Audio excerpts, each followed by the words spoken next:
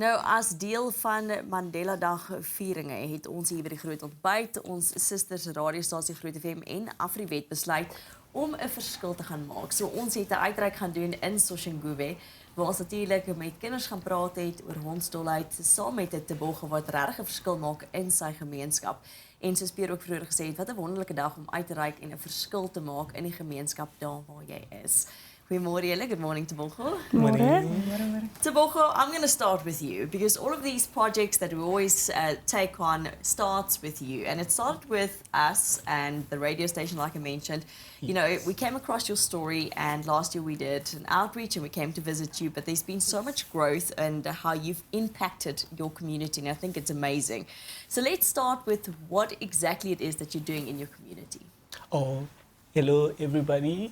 And good morning, actually. Yes, my name is Tebogo Maredi. I'm the founder of Soshanguve Animal Shelter. So what we basically do is we're teaching children in the community about acceptable and unacceptable behaviors towards animals. We're teaching them to treat their animals as part of their families. And we've started also other initiatives like Hero of the Month, whereby a child does a heroic act, then we give them a present, then other people helps to sponsor the child to get them something, some sort of incentive so that they can continue the initiative to take care of all the animals. Even some of the children that do not even have animals, they are the ones that are actually helping other animals that they meet on the streets and the other animals that are in the community. So the whole notion is to make sure that all community dogs are properly taken care of, and we have to also ensure proper health of all the animals. That's why we're doing sterilization drives, and once in a while we get Temba to do mass vaccinations, and also Afrivet also came a couple of days ago, and also Carly's rabies initiative. They also helped with giving our community dogs rabies shots. So that's what we basically do, and we also have educational classes, animal welfare educational classes, and of which we actually thought of expanding. Actually, we expanded because we thought that giving children raw animal welfare education would, yes, it might give us more impact, but then at the end of the day, children get bored easily. So that's why we diversified, and we also included other programs as well. So we built a library because we were operating from an informal settlement. Yes. So we built a library so that children can come through and also help read, increase their reasoning capacity, and everything is achieved through GROOT FM, the relationship that we have with GROOT FM, and also EcoMed that are helping us on a monthly basis, and also our supporters as well.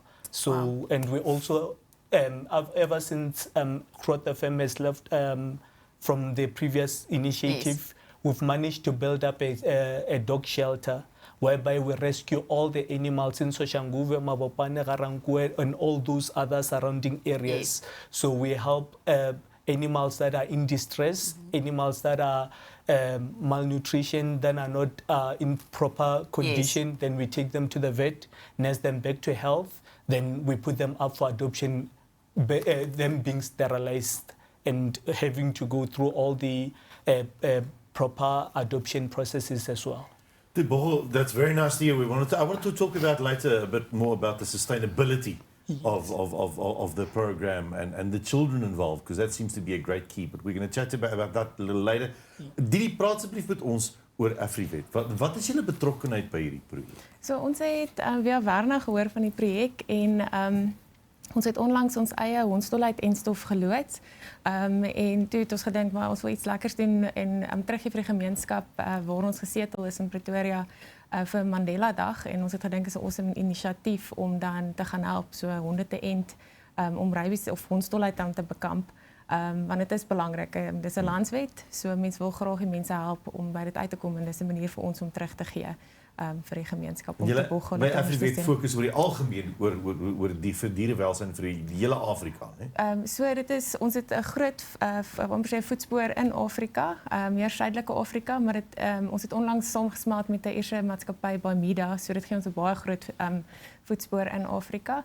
Ons is 'n farmaseutiese maatskappy, so verspreiding van dieremedisyne. Ek grap altyd en sê ek is 'n drug dealer vir beeste, maar ja, so dieregesondheidsmedikasie en dan opleiding oor hoe om die medisyne te gebruik en oor die siektes, hoe om dit te bekamp en dis meer. En ons nuutste toevoeging is dan nou zero rap wat ons hondsdolheid-kenner is. Ek dink dit is so wonderlik dat 'n klomp mense bymekaar kom om so 'n inisiatief aan te pak en regtig 'n verskil te maak in hulle gemeenskap, om hele gemeenskap op te lig. En al is dit deur, jy weet, diere te begin en liefde vir diere te kweek by kinders ook. En ek dink dit is so mooi hoe almal saamgewerk het. Gee gou vir ons 'n idee, daai dag wat ons uitgereik het en by Tebogo was, hoeveel honde het julle ingeënt? So ons het nie besef hoe baie honde daar gaan wees nie. So ek het oorbegroot en 50 dosisse saamgestuur en toe is daar baie meer. So ons het al 50 dosisse opgebruik en ons gaan nou in Augustus weer terug want volgens die inspuitings of die entingskedule moet honde 2 keer in die eerste jaar geënt word. So dis net die verantwoordelike ding om hulle skraagdosisse te gee oor 'n maand en dan weet ons hulle is regtig beskerm teen die siekte. En dan sal ons die 2 honde wat ons gemis het ook ent en dan weer later hulle skraagdosisse gee. So daar was 50 honde daai dag geënt en dit het ons verwagtinge oortref. So dit is regtig lekker. Werna, ek wil vir jou vra want jy is passievol daaroor om te gesels oor honde en hondsdolheid. Hoekom? Wat is jou storie?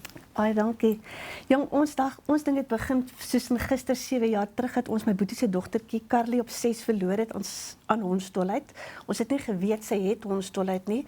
Sy is die Sondag oorlede en ons het die Woensdag eers gehoor positief hondsdolheid, want sy het al die simptome van griep gehad en nooit so ons gedink het dat dit hondsdolheid kon wees nie. So sy's nooit gebyt deur 'n hond nie. So Carly se geval is dat sy was gelek gewees deur 'n besmette hond op haar beentjies eers, ja. En so was dit in haar stelsel gewees en soos Didi ook kan bevestig, mens kan tot 'n jaar of wat met die virus in jou loop sonder dat jy weet dit het. So dit was vir ons totale skok gewees toe die dokters die Woensdag vir ons die uitslag gee dat dit positief hondsdolheid was. En toe dit nou gebeur het, toe het ons besluit Carly kon nou nie verniet dood gegaan het oor niks nie. So toe het ons die Carly hondsdolheid rooi vlag begin en daar het ons maar begin om mense bewus te maak dat dit is 'n gevaarlike siekte en jy kan doodgaan. Jy hoef nie net gebyt te word deur 'n hond nie. Dit kan iets wees soos 'n lek net. Dis net daai bietjie speeksel wat in jou liggaam inkom kan jou dood veroorsaak. En dis nie noodwendig 'n hond wat te kere gaan en skuim op die mond of so wat nee, glad nie. Nee, dit kan Didi ook bevestig. Nee, glad nie. Dit kan dit doodnormaal optel. Jy gaan nie weet hy het al die virus in hom nie en hy kan dit oordra aan jou So vir ons was dit nou baie regtig erg geweest dat ons vir Carly verloor het en ons kon niks daaraan doen nie want toe sy die simptome begin wys, toe was dit te laat geweest. Ja. So binne 2-3 dae toe sy oorlede, ja. Sure. Skokkend. Werna, ek is so jammer vir julle verlies. Ek is baie dankbaar dat jy iets gevat het soos hierdie. En jou getuienis daar kom lê het en besluit dat jy wil 'n verskil maak so daardeur. 'n bewustheid skep. Dis ongelooflik. Ek dink altyd as mense deur iets gaan en jy deel dan jou storie en jy wil 'n verskil maak deur jou storie. Is dit so mooi. So dankie dat jy dit met ons gedeel het. Ek moet sê ek het ook iets geleer. Ek het nie besef 'n hond wat jou lek kan vir jou hondsdolheid gee nie. En ek dink dit is weer eens daai bewusmaking soos jy gesê het. Verstaan, dis nie 'n hond wat noodwendig geskuim het of iets nie. Dis 'n doodgewone hond en klein Carly het dalk met die hond gespeel en die hond het daar gelek en daar's dit in jou stelsel. Ja. Dokter Didi, jy kan dalk vir ons sê wat doen 'n mens as jy nou nie eintlik weet nie hoe voorkom mens dit? So die belangrikste ding is om jou honde te ent. As jou honde en katte, want hulle bly by ons in die huis, meeste mense se honde slaap in hulle bed of hulle kat.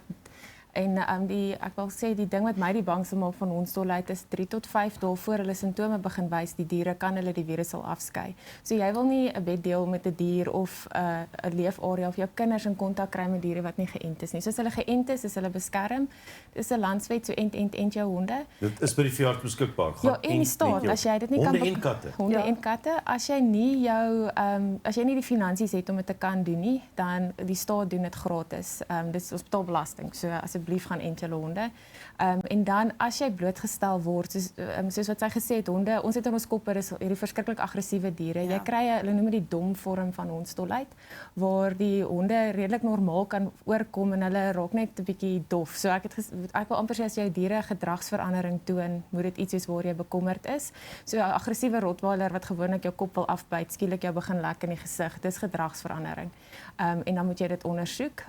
Maar ent jou honde, dan is jy redelik beskerm en as jy blootgestel word, was daai area, die spekselkontak area met seep en water vir 10 minute en gaan soek mediese hulp. Dit is baie belangrik want jy het 'n kort venstertydperk waar jy jou lewe kan red. Hulle het nou ongelukkig nie geweet sy is blootgestel nie, want ek weet hulle sou gedoen het wat hulle kon. Maar as 'n mens en jou kinders te leer om te sê mamma, pappa, ek het vandag met 'n snaakse hond gespeel of met 'n hond gespeel, dat jy net weet wanneer hulle mens weet nie hierdie goed nie. So net daai oop verhouding te kan hê met hulle en hulle te leer hoe om met diere te werk. Tebogo, I just want to ask you, you refer to the fact that you're teaching the kids how to take care of dogs. There's a quote that says you can judge a civilization by the way that it treats its animals. And it feels like kids sometimes, especially in areas where they struggle, kids don't really get a lot of contact with animals and caring with animals. And there's an element that needs to be looked at where that sustainability of care, taking care of something that is a living animal, it's living, breathing, loving, cuddling animal, will open up more potential in you as a person. What are you doing with that in your outreach? Yes, because that's what we basically, we want to, because there's a whole lot of problems that we have in the township and also in communities as well.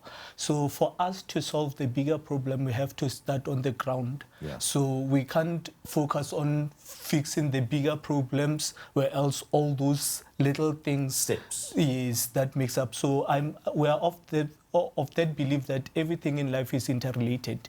Once we teach a child to be responsible and teach them to love, they can grow up knowing that you have to love your wife, you have to love your husband, then that's when we can get that family set up that we're losing. Yes. That's also something that's prevalent in those areas where there's too much poverty. You find that there's no families as well. broken families as well. So that's what we don't want to just focus on animals, teaching children about animals. We want to teach them to become responsible human beings.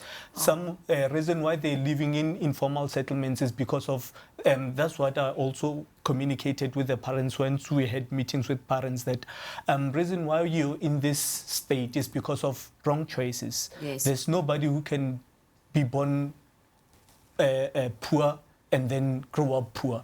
There's some choices that you make along the way, then most of the time, and also the parents as well did confess that yes, for us to be in this state is mainly because we made such and such a wrong choice. So by that, by them communicating that, we want them to be aware that whatever that you do, whatever that you say, has a way of affecting your children as well. And it can start So, with your children taking care of a dog. Absolutely. Exactly, with them taking care of the dog, also picking up maybe some litter out there in the streets, then eventually then they'll perpetuate that into their lives. Then eventually then once they grow up, they're going to teach the next generation. Then that's that way we can have more impact and we can have more results as opposed to like complaining or Wonderful. expecting the government to do it for us where else we can do it ourselves. Absolutely wonderful lesson, all about love and responsibility. Tebogo, thank you so much for visiting us. Werna, Dr. Didi, dankie ook vir julle stories, bewusmaking en die verskil wat julle maak. Thank you for making a difference in the community. What an example of how today and every day, absolutely you can make a difference. So baie dankie vir julle tyd vanoggend. Thank you very much. Thank you. Bly gerus ingeskakel net hierna se tyd vir jou nuus, weer en finansies.